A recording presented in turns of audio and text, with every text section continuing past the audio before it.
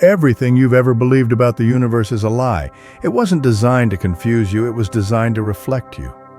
From the moment you learned to speak, they handed you a version of the universe that was small, mechanical, and accidental.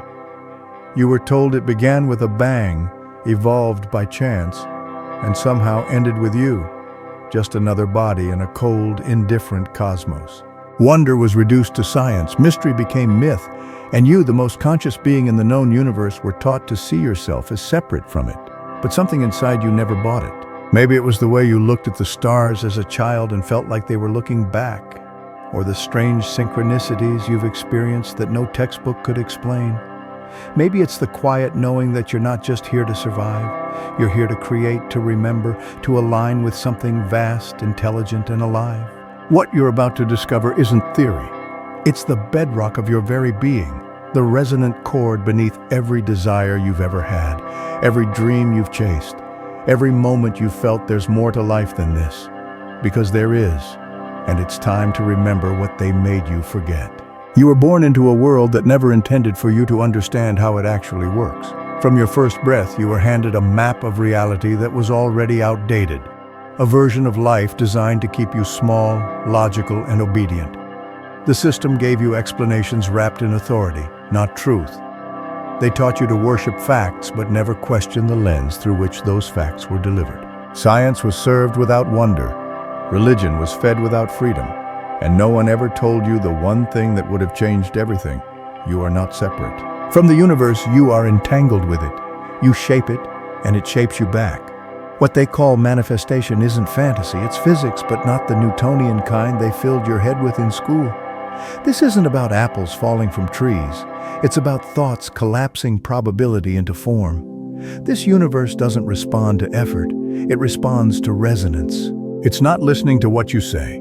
It's tuning into who you are beneath the noise you've been taught to act, to hustle, to grind, never to align. But alignment is the true source of power, and the moment you learn how to shift your frequency, you stop chasing and start attracting. Most people fail to manifest not because they're not trying hard enough, but because they've been misled about what manifestation even is. It's not just about wanting, it's about becoming. Wanting something while vibrating at the frequency of lack will only return more lack. That's not magic, that's math. Every thought emits a frequency. Every emotion anchors a signal. And every result in your life is a reflection of that signal returned to you, not as reward or punishment, but as pure mirroring. You're not being judged, you're being answered. And yet none of this is common knowledge. Why? Because a person who understands how reality works is dangerous to a system built on control. If you knew you could shape your experience, would you still obey out of fear? Would you still trade your time for approval? Would you still outsource your power to the institutions that thrive on your disconnection? Probably not. That's why they never taught you the real mechanics behind reality, because reality is programmable, and you're the programmer. Picture the potential, the sheer, unadulterated power that resides within you, waiting to be unleashed. Imagine a life sculpted by your conscious intent, a reality that bends to the rhythm of your authentic self. This universe isn't random, it's recursive, it's responsive, and it's intelligent in a way that terrifies the institutions that profit from your confusion. They want you stuck in belief, not understanding, because belief keeps you loyal, but understanding sets you free. The truth is, everything is energy. Thought, matter, desire, action, and all energy follows rhythm, pattern, and law. When you understand those laws, life stops feeling like something that's happening to you and starts feeling like something happening through you. Your desires stop feeling like distant fantasies and start feeling like instructions being downloaded from something deeper, something older than time and more personal than any system could ever admit. But here's the catch. You can't manipulate a law you haven't aligned with. You can't trick the universe with good vibes while you're drowning in self-doubt. It doesn't respond to your words, it responds to your frequency. And your frequency isn't a mood. It's a culmination of your thoughts, beliefs, emotions, and subconscious expectations, all vibrating at once. This is why so many people feel stuck. They're doing the right things, saying the right affirmations, but their energy hasn't changed. The outer rituals mean nothing without the inner rewiring. That's why the system doesn't just ignore this information. It replaces it with distractions, with cheap motivation, with surface-level spirituality that tells you to just be positive and trust the universe without ever explaining how that trust translates into energetic alignment. It's not enough to think positive. You need to embody resonance, and embodiment only comes through awareness, responsibility, and practice. Once you start seeing this, it becomes impossible to unsee. You notice the pattern in your own life, how every breakthrough came when you shifted internally, not just externally. You remember the times when desire came through clearly, when coincidences stacked up like breadcrumbs, when things just clicked because you were in sync. That wasn't luck, that was alignment. That was the universe answering a frequency you didn't even know you were transmitting. Now imagine doing that on purpose, not once, not occasionally, but every single day. This isn't about control, it's about coherence.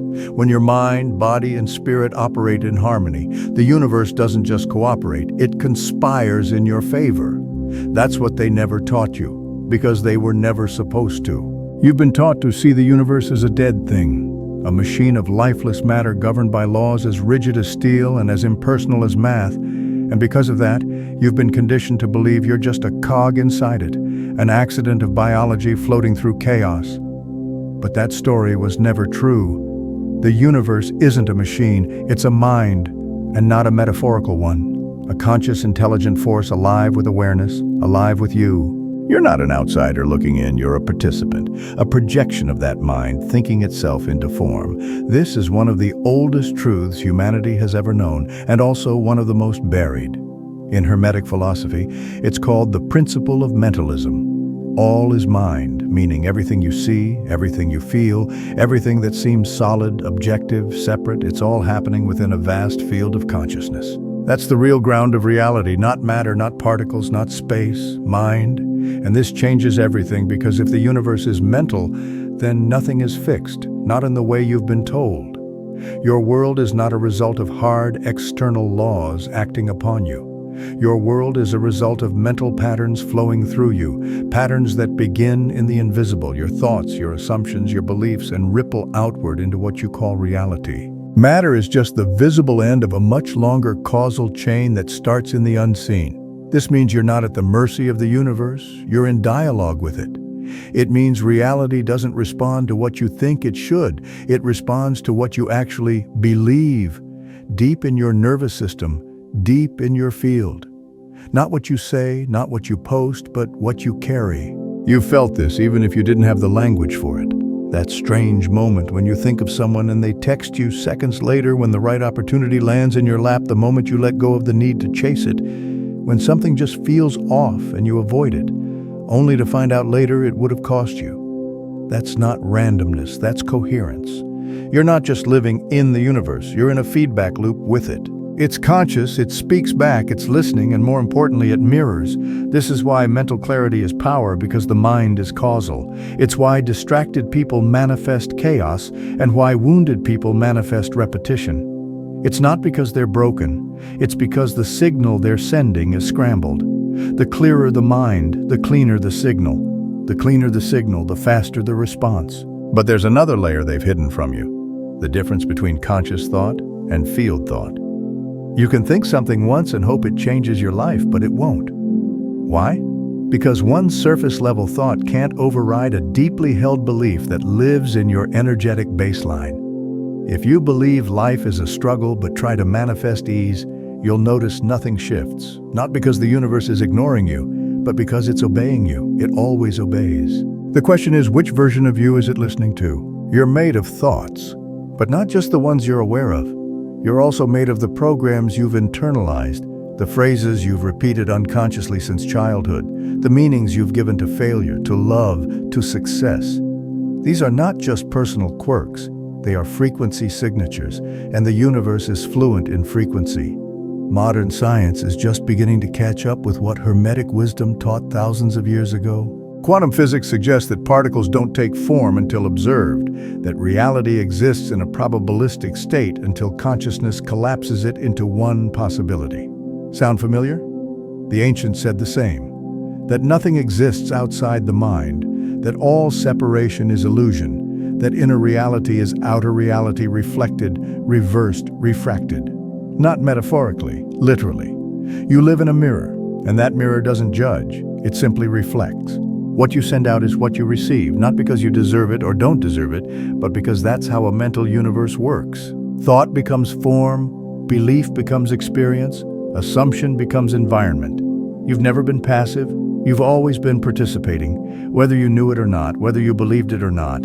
So the real question is no longer, does manifestation work? That's already been answered. The real question is, what are you manifesting by default? And are you ready to take responsibility for that signal? Because once you realize the universe is not out there, cold and mechanical, but here, alive and aware, there's no going back to sleep. There are laws governing this universe that you were never taught, not because they're too complex, but because they're too powerful. You grew up believing that reality is governed by physical forces alone: gravity, motion, thermodynamics. But these are only the surface rules. Beneath them, beneath every object and outcome, are laws far older, far deeper, and far more intelligent. They don't just explain how things move, they explain why things become. These are the Hermetic principles, and once you understand them, the chaos in your life begins to reveal a pattern, a design, a blueprint. The first thing you need to know is this: the universe isn't random, and nothing is ever truly happening to you. Everything obeys law, whether you're aware of it or not, whether you believe in it or not. Law is impartial. It's precise, and it's always running, just like gravity doesn't stop pulling when you close your eyes. These deeper metaphysical laws don't pause just because you've never heard of them. They shape your experience constantly, and the more unaware you are of them, the more likely they are to run your life on autopilot. There are 7 core principles taught in Hermetic philosophy, and they're not superstitions, they're the hidden mechanics behind all creation. Mentalism, all is mind; correspondence, as above, so below; vibration, nothing rests, everything moves; polarity, everything has its opposite; rhythm, everything flows in and out; cause and effect, nothing escapes consequence; gender, everything has its masculine and feminine principle. These aren't spiritual poetry, they are systems of pattern. They govern how energy transforms into form, how the unseen becomes the seen, and how every part of your life is an echo of your energetic state. Take mentalism. If all is mind, then everything begins in consciousness, not some things, everything. That means your financial life, your relationships, your health, your creativity. None of it is happening independently of your mental and energetic state. Your life is a projection of your inner architecture, not in a vague, metaphorical way, but in a structured, lawful way. Your thoughts initiate cause, your emotions add weight, your beliefs filter possibilities, and then like clockwork, the external aligns. Or take vibration. You've probably felt this principle without realizing it. Ever walk into a room and feel the energy shift before anyone says a word? That's vibration. Ever meet someone who drains you without doing anything wrong, or someone who uplifts you without saying anything profound? That's vibration. Every thought has a tone, every emotion has a wavelength, every belief hums with frequency, and when your personal field vibrates at a certain level, you begin attracting or repelling people, opportunities, and events that match that signature. This isn't positive thinking. This is energetic alignment. It's not about how hard you work, it's about how well you harmonize. Then there's correspondence. As above, so below. What happens in one layer of existence reflects in another. Micro reflects macro. The patterns in your inner world, your self-talk, your assumptions, your imagination mirror themselves in the external world around you. This is why inner healing works. This is why shadow work is real, because you're not just changing your mindset. You're reconfiguring the fractal pattern that your outer life is based on. Every one of these laws works in concert with the others. Polarity teaches you that everything you desire is on a spectrum. You can't destroy an unwanted condition, but you can transmute it by shifting your position along the pole. Rhythm shows you that nothing is permanent. Every high swings to a low, every low to a high, and mastery comes from learning to ride those waves without drowning in them. Cause and effect explains why luck isn't luck. It's the delayed harvest of past energy. And gender, it's the dynamic force of creation, consciousness, masculine, merging with substance, feminine, to birth reality. These principles don't ask for your belief. They don't require your spiritual alignment or moral perfection. They are not religious, they are not philosophical, they are functional. They are the architecture of existence, the scaffolding behind manifestation, the script behind the scenes. The only difference between people who live reactively and those who live deliberately is awareness of these laws. And once you become aware, you gain leverage because you're already using these laws. You always have been. You just didn't know their names. You didn't know how to aim them. But you felt them in your gut, in your luck, in your patterns. And now that you can name them, now that you can see the pattern, they become tools instead of traps. You don't escape law. You don't transcend it. You work with it the same way a sailor doesn't fight the ocean but learns its currents, respects its tides, and masters its rhythm. Because only then can you move through it with intention instead of being tossed around by forces you don't understand. That's the difference between those who create reality and those who are created by it. You've been misled about manifestation. They've turned it into a buzzword, packaged it in glitter and cheap slogans, and sold it back to you as a feel-good fantasy. Just think positive, visualize your dream life, raise your vibration, and it'll come. But what they never told you is that manifestation isn't wishful thinking, it's execution, it's alignment. It's an operation of consciousness working through law, and if you don't understand how it works, you'll keep blaming yourself for outcomes that are simply the result of misalignment, not lack of worth or effort. Manifestation is not about forcing outcomes with thought. It's about creating the internal conditions that make the desired outcome inevitable. When you plant a seed, you don't manifest fruit by staring at it and hoping it grows because the environment supports it. Manifestation works the same way. Your desire is the seed. Your emotional and energetic state is the soil. Your thoughts are the light, your beliefs are the water, and your unconscious patterns, they're the climate. If those aren't aligned, the fruit won't grow no matter how badly you want it. This is where most people get stuck. They want more, but they're vibrating in lack. They try to manifest abundance, but their relationship with money is still laced with fear. They say they want love, but deep down they're terrified of intimacy, so their energy sends out mixed signals, and the universe, always precise, always neutral, mirrors those mixed signals right back. You don't get what you think you want, you get what your system is in resonance with. The universe doesn't speak English, it speaks frequency. It doesn't read affirmations, it reads embodiment. If you say, "I am wealthy," while your nervous system is bracing for scarcity, the universe responds to the fear, not the words. This isn't cruelty, it's coherence. You're not being punished, you're being mirrored. And that's where your power is, because it means you can recalibrate the signal at any time. You can shift your state, and when you do, the world around you responds, not as magic, but as law. Manifestation is not a singular act, it's a consistent output of energy, thought, and emotional resonance. It's not just what you do in your morning routine, it's how you respond when life doesn't go your way. It's not the vision board on your wall, it's the self-concept running in the background. You manifest what you are, not what you fantasize about. And that's why you can't fake it, you have to become it. This isn't about perfection, it's about honesty. Most people are trying to manifest a life while denying the version of themselves that's still afraid, still unsure, still carrying shame. But manifestation doesn't come from pretending. It comes from wholeness, from integrating the parts of you you've tried to bypass. Because the moment you stop outsourcing your power to the future version of yourself and start acting as if that version is already real, your reality catches up, not because it's impressed, but because it has to. That's the law. You were never meant to beg the universe. You were meant to partner with it. You were never meant to hope things might change. You were meant to change your signal and let the field respond. When you do that, things don't come to you because you want them. They come because you're finally a match. And if you've ever had that moment where the timing lined up perfectly, where you felt pulled instead of pushed, where what you needed arrived right when you stopped gripping, you already know what this feels like. That wasn't random. That wasn't a coincidence. That was alignment. The system was responding to a clear signal you just didn't know you'd sent. Now you do. And now that you know, you can't keep manifesting by accident.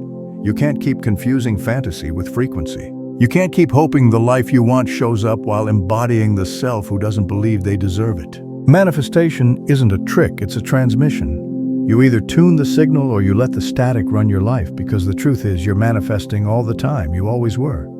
The only question is, were you doing it on purpose? They told you to let go of desire, to transcend it, to treat it like a flaw, a distraction, or a spiritual weakness. They said if you wanted too much, you were greedy. If you pursued your dreams, you were selfish. If you craved more, you were ungrateful, and so you learned to shrink your hunger, to dilute your dreams, to apologize for wanting more than the bare minimum. But what if they got it wrong? What if desire isn't a flaw, but a compass? What if the very thing you've been told to suppress is the exact thing that's meant to lead you home? Desire is not the opposite of peace. It's not the enemy of enlightenment. It is the soul's native language. It's the signal your higher self uses to get your attention. It's not random. It's not shallow. It's the most honest expression of who you are. When the world's noise gets quiet, that urge to create something, become something, experience something, where do you think that comes from? Not from ego, from essence, from the part of you that remembers who you really are and what you came here to do. And yet you were trained to distrust it, because a person connected to their true desires is dangerous to a world that profits from fear. If you trusted your desire, you wouldn't settle for survival. You wouldn't follow the script. You wouldn't look outside yourself for permission to pursue what lights you up. And so, from a young age, you were taught to trade your intuition for approval. You were taught to chase stability instead of purpose. And the more you ignored your true longings, the more they got buried under expectations, under guilt, under the idea that wanting more made you broken. But it's not broken to want more. It's broken to believe you don't deserve it. Real desire doesn't come from lack. It comes from memory. At the deepest level, it's your soul remembering what's possible. And when you feel that pull, that quiet ache for something bigger, it's not a test, it's a message. And if you ignore it long enough, it doesn't go away. It turns inward. It becomes restlessness, anxiety, depression, a constant feeling that something is missing even when everything looks fine on the outside. That's not failure, that's feedback.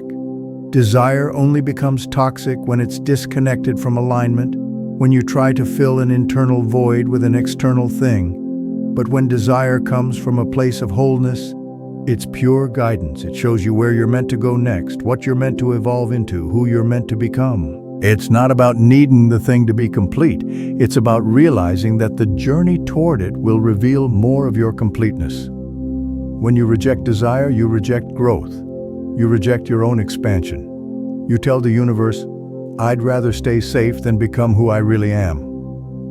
And the universe listens, not out of spite, but out of respect, because your free will is sacred.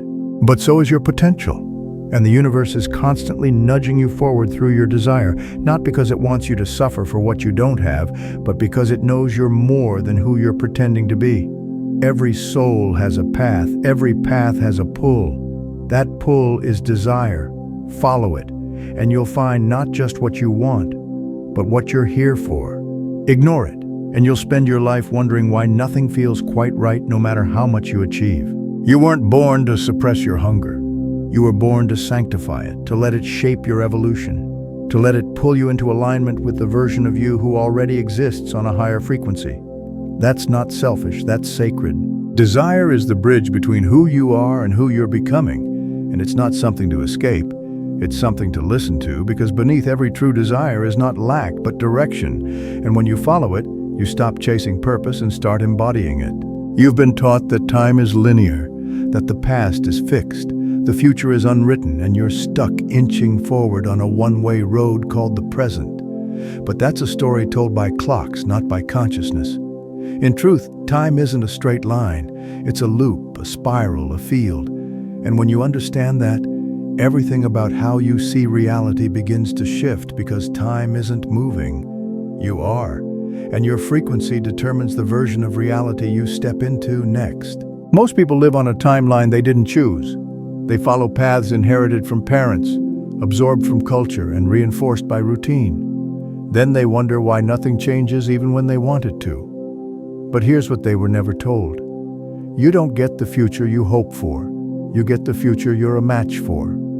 Your frequency, your dominant state of energy, thought, and belief is what determines the timeline you're on. Not luck, not effort, not willpower, vibration. This is why you can have two people with the same background, same education, same opportunities, yet completely different lives.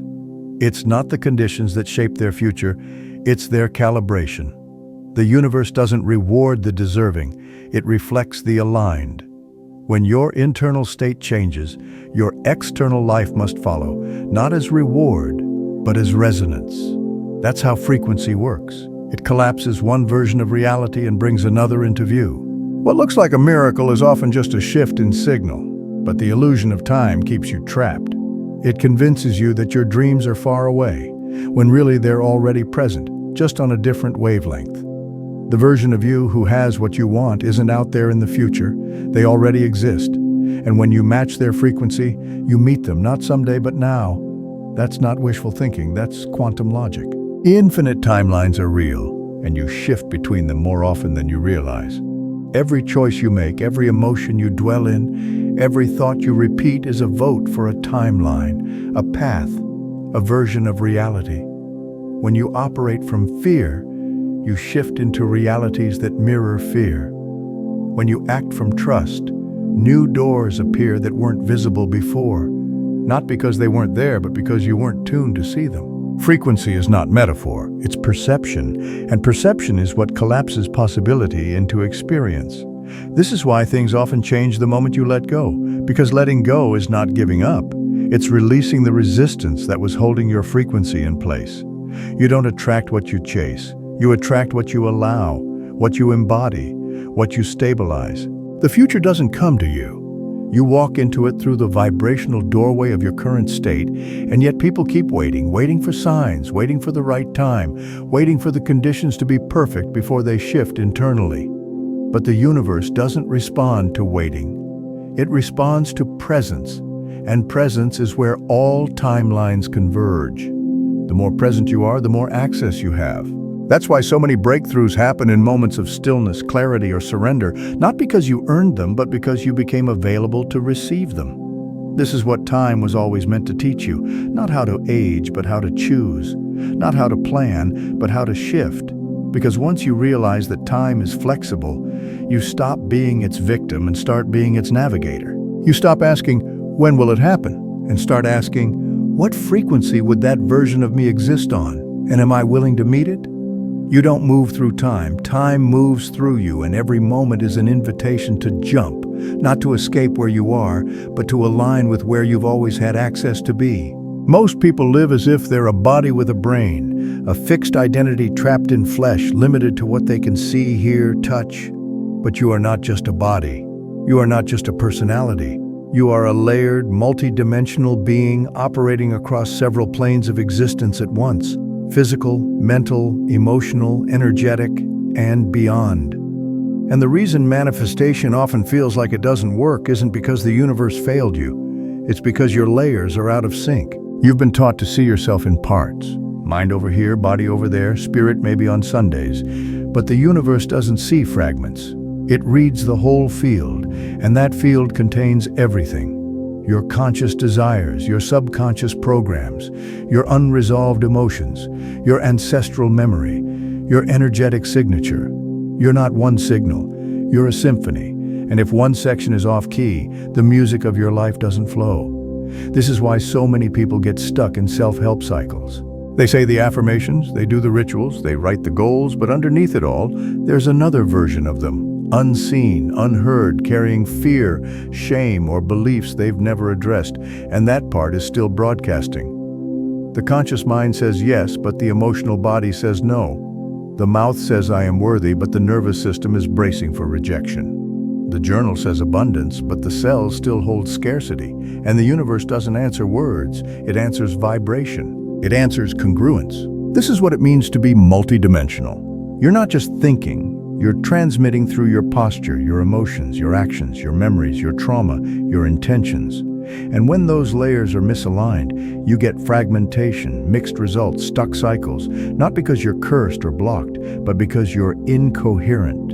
You're sending multiple messages at once, and the universe responds to the loudest one. Alignment isn't just about positive thinking, it's about integration. It's about making sure every layer of you is on the same page. That your desire isn't just a thought, but a truth encoded in your entire field. That the part of you that wants more isn't constantly battling the part of you that's afraid to receive it. Because if your subconscious doesn't believe you're safe with more, it will sabotage your path to it, not out of malice, but out of protection. Your system is always trying to protect you, even from the things you consciously crave. So what do? You listen, you reconnect, you stop treating healing like a checklist and start treating it like a reunion. You don't fight your fear, you dialogue with it. You don't shame the old patterns, you understand them. Because until you do, those patterns will keep running beneath the surface, pulling you back to familiar timelines even when you're reaching for something new. Your consciousness is not stuck in one realm, it's layered through time, through memory, through energy. You dream in symbols because part of you exists in the symbolic plane. You feel energy from people because part of you lives in the energetic plane. You sense things before they happen because your awareness isn't linear. You are not a flat character in a straight line. You are a multidimensional being living in a multidimensional system, and every version of you wants to be heard. This is why the real work isn't just visualizing a better life, it's embodying the version of you who already lives it. The one who breathes differently, walks differently, believes differently. Not because they were lucky, but because they remembered how to sync their inner world across all levels of self. That's how you collapse timelines, not through fantasy, through coherence. When your conscious desires, your emotional state, your beliefs, and your energy field all tell the same story, the universe doesn't hesitate. It delivers because finally you're speaking its language, and it no longer has to guess which version of you it's responding to. You've never just been one self. You've been many. Now it's time to bring them together. Not to become someone else, but to become whole. Magic was never a fantasy. It was knowledge, a science of consciousness, of frequency, of cause and effect. Not spells and potions, but the deliberate shaping of reality through intention, focus, and alignment with universal law. The ancients knew this. They didn't separate the spiritual from the practical. They saw no line between energy and outcome, between symbol and substance, what you call ritual, they call technology. And that technology wasn't superstition, it was strategy. Real magic wasn't about escaping reality, it was about mastering it. But somewhere along the way you were taught to forget. They turned magic into myth, turned symbols into entertainment, turned power into parody. So now when you hear the word magic, your mind flashes to fairy tales and fantasy novels, not to the focused use of mind and energy to shape your reality, but strip away the theatrics and what's left is the truth. Magic is intention energized. It's the universe responding to directed awareness. It's not a trick, it's not a story, it's law in motion. You're performing rituals every day without even knowing it. The way you check your phone in the morning, the way you speak about yourself, the way you handle money, the words you repeat, the images you consume, all rituals, all spells. Every repeated act, every unconscious habit, every emotional loop, you're casting energy into form. So the real question isn't whether you're using magic, it's whether you're doing it on purpose. Symbols have always held power, not because they're magic in themselves, but because they speak directly to the subconscious, that part of you that never sleeps, that processes every experience and belief, and that broadcasts your internal state to the universe 24/7. Ancient cultures knew this. They used sacred geometry, colors, sounds, and sigils to encode intention into the material world, not to impress the gods, but to speak the language of energy. And yet today we mock these tools while blindly submitting to modern spells dressed as culture. Logos, ads, rituals disguised as holidays, recitations disguised as pledges. They don't call it magic, but it works the same way. Your mind is programmable, your energy is responsive, and when you begin to understand this, you stop being passive in your own life. You stop waiting for change and start engineering it through focus, through choice, through ritual. Magic in its purest form is focus without interruption. It's attention without dilution, and that's why it's so rare in today's world, because everything around you is designed to fragment your attention, scatter your energy, and disconnect you from your inner authority, not by force, but by distraction. But when you reclaim your focus, you reclaim your field. You become deliberate. You set intentions, not as hope, but as command. You don't hope your life gets better, you design it, you code it. You build structures that align your external world with your internal blueprint. That's what magic was always meant to be, a system of self-alignment that bends reality through resonance, not effort. And yes, it can look mystical. Yes, it can feel miraculous. But that's only because most people have forgotten how natural it actually is. You've seen it before, the way someone walks into a room and shifts the energy without speaking, the way clarity brings sudden opportunities, the way a deep decision, one made with full-body certainty, seems to rearrange reality.